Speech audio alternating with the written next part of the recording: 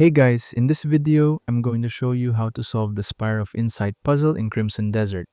The Spire of Insight can be found in the Steel Mountains area. This is to the southeast of Hernand. First thing you need to do is use your blinding flash to burn the wood thorns. Make sure you're using the focused light to burn them. Once the thorns are burned, a pebble can be picked up on the stairs. Place this pebble inside the dipper. There will be a flash of light and the door will open. Once inside, you'll see a huge golden chalice in the middle.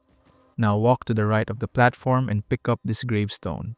Place the gravestone inside the chalice like this. Then press this button.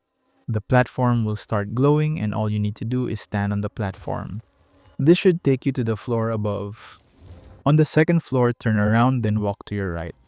Pick up this telescope and place it on the chalice. Then turn around again and walk to your left this time. You will see a small room in this path on the right. Take this pen tip and place it on the chalice. Interact with the button again, then stand on the platform. Now this should take you to the third floor. Once you're here, walk to your left and you'll find a tiny globe in the bookshelf. Take this globe and place it inside the chalice. Now walk behind the platform and you'll find another globe beside a pile of books. Take this and place it inside the chalice as well. Walk behind again, and to the left of this ladder, you'll find a sundial.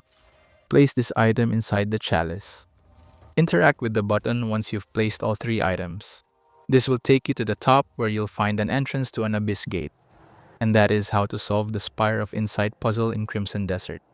Thank you so much for watching.